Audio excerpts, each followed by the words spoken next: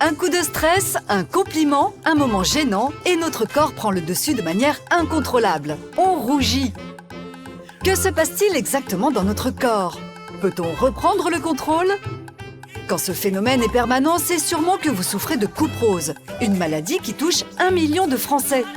Toutes les solutions pour ne plus rougir comme une tomate, c'est dans E égale M6. Et vous arrive-t-il de rougir? Un compliment, ça peut me faire rougir. Pour toutes les situations de stress, c'est le pivoine assuré. D'ailleurs, là, ça doit commencer peut-être. Non, je rougis pas.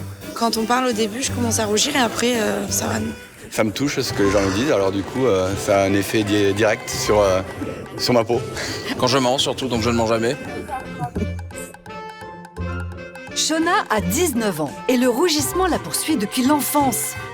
Pendant mon adolescence, ça a été un complexe parce que c'était vraiment quelque chose de gênant et c'était quelque chose vraiment d'incontrôlable. Le fait de parler à un garçon qui va me plaire, ou du coup j'ai les joues qui chauffent et donc ça monte et vu que je sens que je rougis, je deviens encore plus rouge.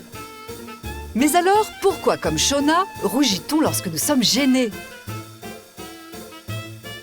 Pour le comprendre, nous sommes allés à la rencontre du professeur Pellissolo, psychiatre à Créteil. Alors ça survient dans deux conditions générales, soit un effort physique, où on a tendance à dépenser de l'énergie et donc à avoir une sensation de chaleur. Et le rougissement dans ce cas-là permet d'évacuer de la chaleur. C'est un petit système de ventilation. Quand on fait un effort physique, le cœur s'accélère sous l'effet de l'adrénaline que sécrète notre cerveau.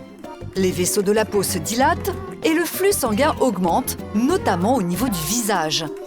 Conséquence, sa température va légèrement augmenter d'1 ou 2 degrés et passer de 29 à 31 degrés. C'est pour cela que certains sportifs peuvent avoir le visage très rouge après un effort. Et la deuxième circonstance, là, qui est souvent plus compliquée pour les personnes, c'est des émotions qui provoquent le rougissement. C'est souvent la colère, la gêne, l'embarras, la honte, parfois l'anxiété tout simplement. Contrairement à un effort physique qui entraîne un rougissement mécanique, cette fois ce sont des émotions qui nous font rougir. Les causes sont donc différentes, mais l'endroit de notre cerveau qui va réagir aux stimuli est le même. C'est vraiment le cerveau émotionnel, on va dire des régions très profondes dans le cerveau. On appelle ça l'amygdale, par exemple, qui est un petit noyau du cerveau qui déclenche les émotions. Et face à une émotion que nous n'arrivons pas à contrôler, notre cerveau sécrète de l'adrénaline.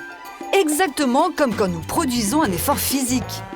L'afflux de sang et la coloration de nos joues sont presque immédiats, mais heureusement, ils disparaissent très vite.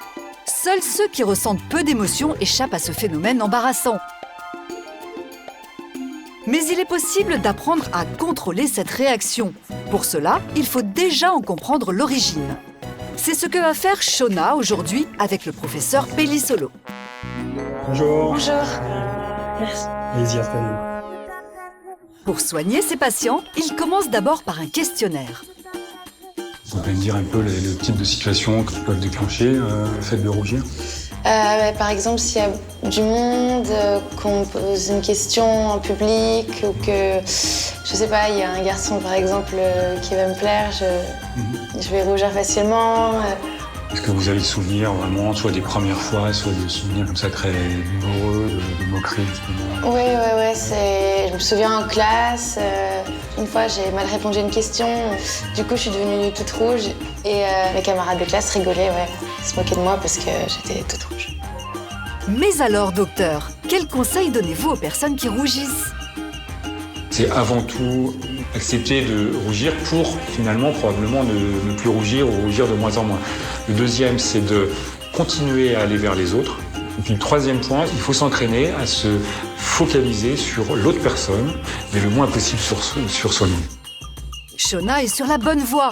Pour contrôler ses émotions, elle fait désormais du théâtre. Rien de tel pour se donner confiance en soi. Tu as raison, Saouda, c'est pareil. Mais réfléchis. À quoi ça sert de réfléchir? Personne revient à la vie parce qu'on réfléchit.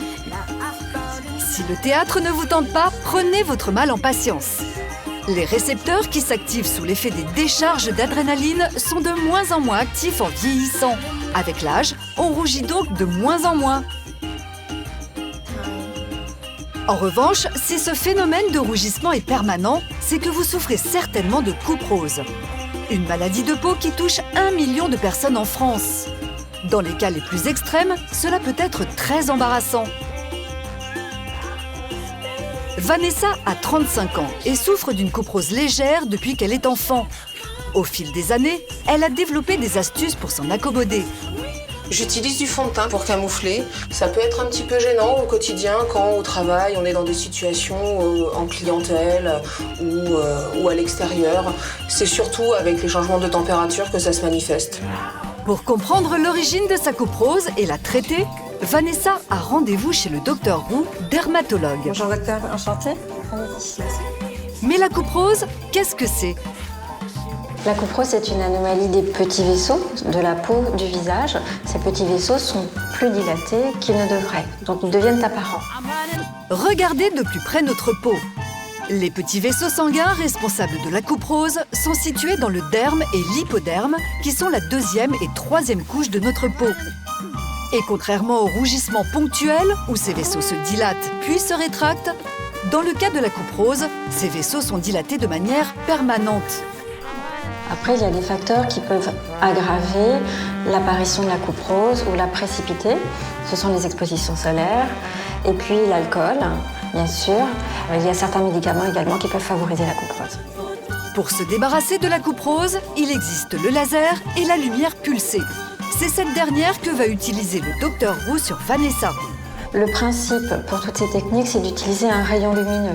Ce rayon lumineux est attiré par le rouge et en apportant l'énergie sur sa cible, le petit vaisseau qui est apparent sur la peau, au bout de quelques semaines, va être détruit et ne sera plus visible.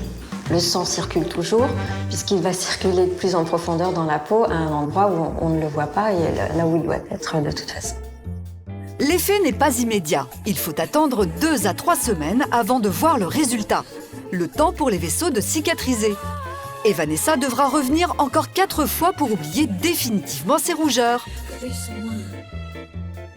Vous l'aurez compris, le rougissement est causé par un trop-plein d'émotions. Mais il est possible d'apprendre à le contrôler. Tandis que la couperose est une affection qui se soigne aujourd'hui très bien grâce à des outils ultra performants. Si vous avez la peau claire, vous faites peut-être partie des 10% de Français dont le visage est constellé de taches de rousseur. Sont-elles héréditaires? Nous sommes pratiquement tous pourvus de grains de beauté, plus ou moins nombreux en fonction de notre type de peau. Mais comment apparaissent-ils? Et pourquoi faut-il les surveiller? E égale M6 vous dit tout sur ces mystérieuses petites taches qui parsèment notre corps. De couleur orangée, claire et disséminées sur le visage, ce sont les taches de rousseur. Et dans cette famille, on les connaît bien. Voici Loïc, Gaël et leurs 3 filles, Maëlys, Noémie et Inatea.